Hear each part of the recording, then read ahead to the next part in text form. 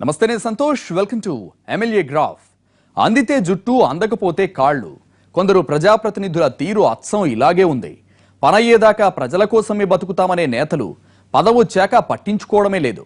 Rajanagaram MLA Venkatesh ఆడిన మాట తప్పారని జనం అంటుంటే అందరికంటే ఎక్కువే చేస్తున్నారంటున్నారు ఆయన.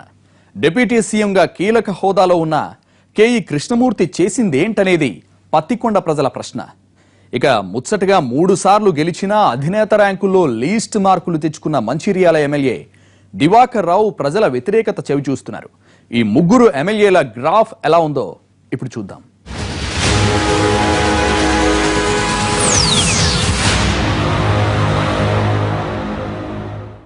వరుసగా 2 సార్లు ఎమ్మెల్యే అయ్యారు. మొదటేమో ప్రతిపక్షంలో ఉన్నారనే సాకు, ఇప్పుడేమో పోస్ట్ కార్డు రాస్తే చాలని అధికారంలోకి వచ్చాక అందుబాటులో లేకుండా పోయారు. ఆయన వాళ్ళకి లైసెన్స్ ఇచ్చేసినట్టు వాళ్ళు ఎన్ని ఘనకార్యాలు చేసినా నోరెత్తడం లేదాయన. ప్రతిపక్షాన్ని కూడా మేనేజ్ చేయాలంటే ఆయన తర్వాతేనట ఎవరైనా. ఎన్నికల హామీల్ని గాలి కొదిలేసిన రాజానగరం ఎమ్మెల్యే పెందుర్తి వెంకటేష్ ఇక్కడున్న అభివృద్ధి మరెక్కడా లేదంటున్నారు.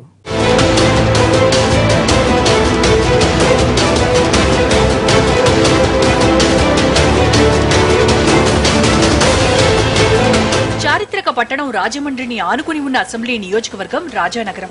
2009లో కొత్తగా ఏర్పడింది నియోజకవర్గం. అంతకుముందు బూరుగుపూడి నియోజకవర్గంగా ఉండేది. సీతానగరం, కోరుకొండలకు రాజానగరం మండలాన్ని కలిపి కొత్త నియోజకవర్గంగా ఏర్పాటు చేశారు. రాజానగరం అసెంబ్లీ నియోజకవర్గం ఓటర్ల సంఖ్య 1,83,559 మంది. కొత్తగా ఓటర్లుగా చేరిన వారు 3,077 మంది. పురుషుల కంటే మహిళా ఓటర్లే 1000 మంది ఎక్కువ. నియోజకవర్గంలో కాపు సామాజిక వర్గ ఓటర్లు అత్యధికం. తర్వాత ఎస్సీల్లోని మాల సామాజిక వర్గం 2వ స్థానంలో ఉంది. అయినా నియోజకవర్గ చరిత్రని పరిశీలిస్తే ఓటర్లలో 10% మాత్రమే ఉన్న కమ్మ సామాజిక వర్గ నేతలకే ఎమ్మెల్యేగా పట్టం కడుతున్నారు. నియోజకవర్గం ఏర్పడిన నాటి నుంచి టీడీపీ ఎమ్మెల్యేగా వరుసగా 2 సార్లు గెలిచారు పెందుర్తి వెంకటేష్. తూర్పుగోదావరి జిల్లాలో రాజమండ్రి పేరుకే తప్ప అభివృద్ధి అంతా రాజానగరం నియోజకవర్గంలోనే. ఈ నియోజకవర్గ పరిధిలోని 3 మండలాలు వేటికవే ప్రత్యేకం. గోదావరి తీరంలో విస్తరించి ఉన్న సీతానగరం మండలంలో ఏకంగా 5 ఎత్తిపోతల పథకాలు ఉన్నాయి. ఈ ఎత్తిపోతల పథకాలు జిల్లాలోని మెట్ట ప్రాంతానికి, ఏజెన్సీ ఏరియాకు, విశాఖ నగరానికి సాగు, తాగునీరు అందిస్తున్నాయి. కోరుకొండ మండలంలో మెట్ట, ఏజెన్సీ ఏరియాలు కలుసున్నాయి. రాజమండ్రి విమానాశ్రయం ఈ మండలంలోనే ఉంది. చారిత్రక లక్ష్మీ నరసింహస్వామి ఆలయం ఇక్కడే ఉంది. ఇక మూడోది రాజానగరం మండలం కొంత భాగం రాజమండ్రి నగరంతో కలిసుంటుంది. నన్నయ్య యూనివర్సిటీ, ఇంజనీరింగ్, మెడికల్ కాలేజీలు, రియల్ ఎస్టేట్ ఎక్కువగా ఉన్న ప్రాంతం. శరవేగంగా అభివృద్ధి చెందుతున్న ప్రాంతం కావడంతో భవన నిర్మాణాలు జోరుగా సాగుతున్నాయి. రాష్ట్రంలో అన్ని ప్రాంతాల కంటే కేంద్ర, రాష్ట్ర ప్రభుత్వాల నిధులతో అభివృద్ధి చెందుతున్న నియోజకవర్గం రాజానగరం.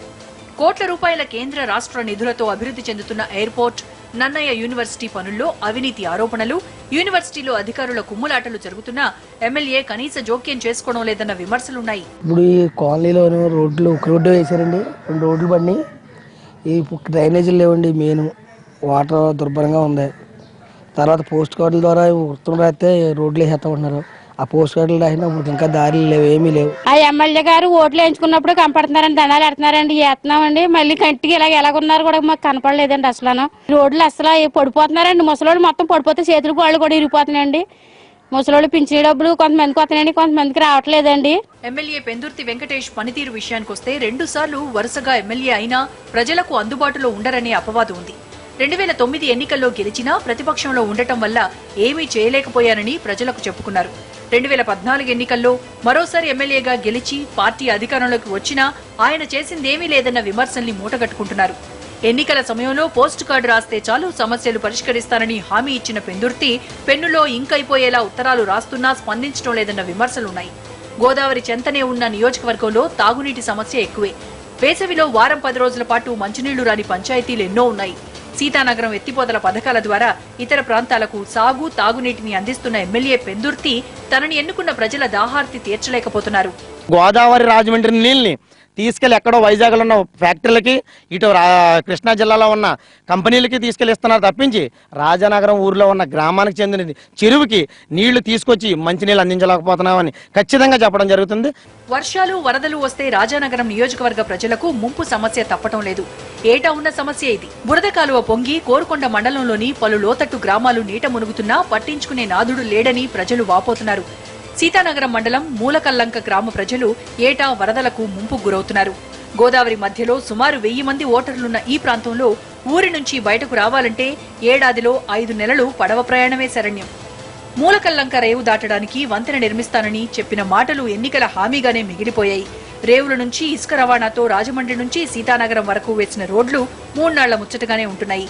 ఏటిపట్టు ప్రాంతానికి చెందిన వెంకటేష్ ఎమ్మెల్యే అయితే కష్టాలు తీరతాయనుకున్న ప్రజలకు నిరాశే మిగిలింది. వర్షం వచ్చిందంటే బురదకాలం వస్తుంది అనుభూతులకి అక్కడ ఉన్న ప్రతి గ్రామాల ప్రజలు కూడా గుండుకాయలు చేతితో పట్టుకుని ఉండాలి.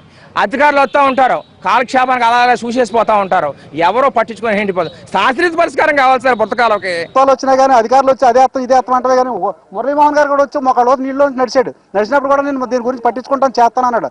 కోట్ల సంపాదన కానీ ప్రజల ఇబ్బందులు పట్టించుకుని నాదే లేడు అసలు. ఇది బ్రిడ్జ్ చేయమని ఎప్పటి నుంచో కోరుతున్నామండి. మా కాలుతుందో తాత్కాలికంగా వెళ్ళి కాలువంతుల కింద అన్నయమంటున్నాం, లేకపోతే కొంచెం తోరలేసి పక్కగా ప్రణాళికతో అన్న చేయమని చెప్తున్నామండి. అదేదో చేస్తామంటారు, అంతే తూతు మాత్రం అయిపోద్ది, అంతే వెళ్ళిపోతే ఎవరి పని చక్కబెట్టి వెళ్ళిపోతారండి. 3 ఏళ్లలో ఒరిగిందేంటని జనం ప్రశ్నిస్తుంటే రాష్ట్రంలో ఏ నియోజకవర్గంలోనూ లేని విధంగా కోట్ల నిధులతో రాజానగరం నియోజకవర్గాన్ని అభివృద్ధి చేశానని అంటున్నారు ఎమ్మెల్యే పెందుర్తి వెంకటేష్. ఎన్నికల హామీలన్నీ నెరవేర్చింది తానేనని ఎమ్మెల్యే చెబుతున్నారు. ఇసుక ద్వారా ప్రభుత్వానికి అత్యధిక ఆదాయం వచ్చేది తన నియోజకవర్గం నుంచేనంటున్నారు. ఇసుక ఉన్న చోటల్లా ఎమ్మెల్యేలపై ఆరోపణలు సహజమేనని కొట్టిపారేస్తున్నారు. ఇసుక విషయంలో కార్యకర్తలకు కానీ తన బంధువర్గానికి కానీ ఏనాడు సిఫార్సులు చేయలేదంటున్న ఎమ్మెల్యే కావాలంటే అధికారుల్ని అడిగి తెలుసుకోమంటున్నారు.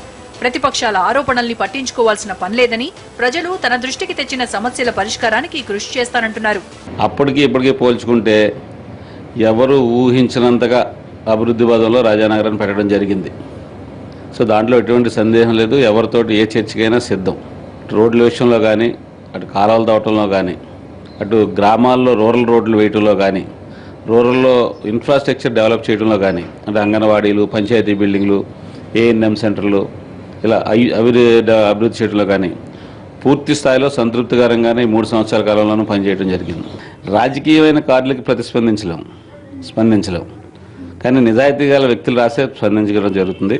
అయినప్పటికీ కూడా వాటిని కూడా అక్కడ కూడా రోడ్లు వేయడం జరుగుద్ది. ఇక వైసీపీ నాయకురాలు జక్కంపూడి విజయలక్ష్మి స్థానిక ప్రజా సమస్యలపై కాకుండా ఎక్కువగా కార్యకర్తల వ్యక్తిగత సమస్యలపైనే ఉద్యమాలు చేస్తున్నారనే అపవాదు ఉంది.